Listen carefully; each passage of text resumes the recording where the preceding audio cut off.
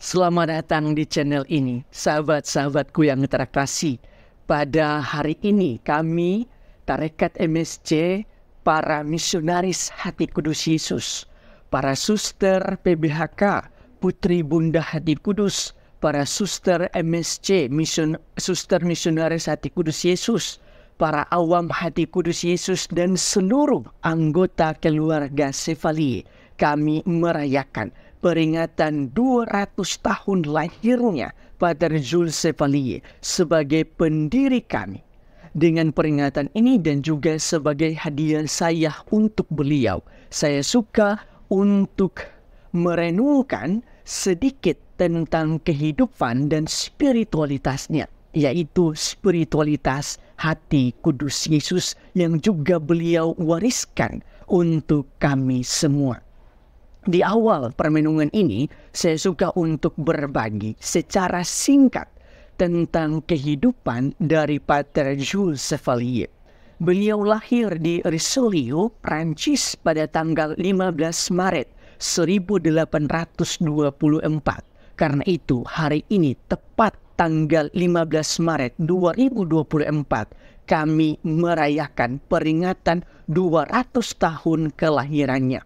Sejak kecil ia bercita-cita menjadi imam Katolik, tetapi karena keterbatasan ekonomi keluarga, sehingga nanti pada usia 17 tahun, umur yang cukup tua, barulah ia masuk seminari menengah dengan bantuan seorang yang menjanjikan biaya di seminari dengan memperkerjakan ayah dari Pater Sevalie sebagai penjaga hutan di dekat Vatar. Salah satu pengalaman hidup yang membuat beliau begitu jatuh cinta dan terpesona terhadap cinta Allah yang ada di dalam Hati Kudus Yesus ialah ketika ia jatuh dari tebing dan hampir meninggal. Ketika ia sadar dari situasi kritis saat itu, ia pun melihat cinta Allah yang begitu besar di dalam dirinya, di dalam kehidupannya. Sejak saat itulah ia begitu terbiasa dengan refleksi mengenai penyelenggaraan ilahi dalam hidupnya. Setelah seminari menengah, ia melanjutkan di seminari tinggi Bourges. Di seminari inilah dia menemukan devosi Hati Kudus Yesus. Beliau pun meninggalkan salah satu warisan rohani kepada kami, yaitu spiritualitas hati. Dengan keterpesonaan terhadap Hati Kudus Yesus dan spiritualitas hati ini, maka beliau meminta kami, para anggota, untuk menemukan cinta Allah di dalam hidup kami. Pengalaman kasih Allah adalah pengalaman di mana kita menemukan bahwa Allah begitu baik dan begitu mengasihi kita. Misalnya pengalaman Pater Sevalie yang jatuh dari tebing sampai tidak sadarkan diri di seminari kecil. Tetapi ketika ia mulai sadar dan bisa melewati pengalaman kritis saat itu, maka hidupnya pun berubah. Bahkan cintanya semakin membara kepada Hati Kudus Yesus. Sebagai manusia, marilah kita menemukan pengalaman di mana Allah memperlihatkan cintanya yang begitu dalam dan luar biasa untuk hidup kita, untuk diri kita. Pertanyaannya, bagaimana kita bisa memiliki pengalaman dikasih Allah di dalam hidup kita?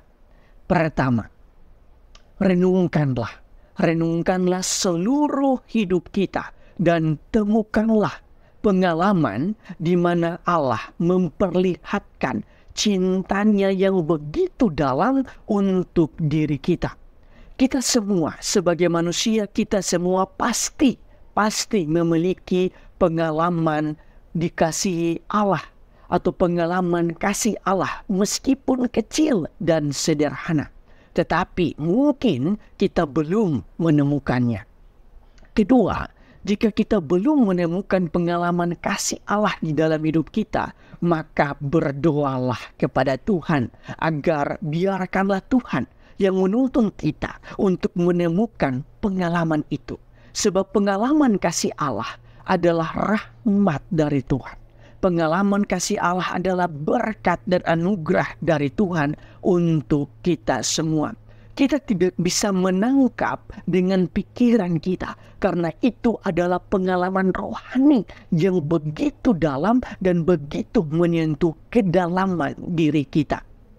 Ketiga, dalam hidup sehari-hari, marilah kita belajar untuk melihat pengalaman-pengalaman sederhana sebagai pengalaman kasih Allah.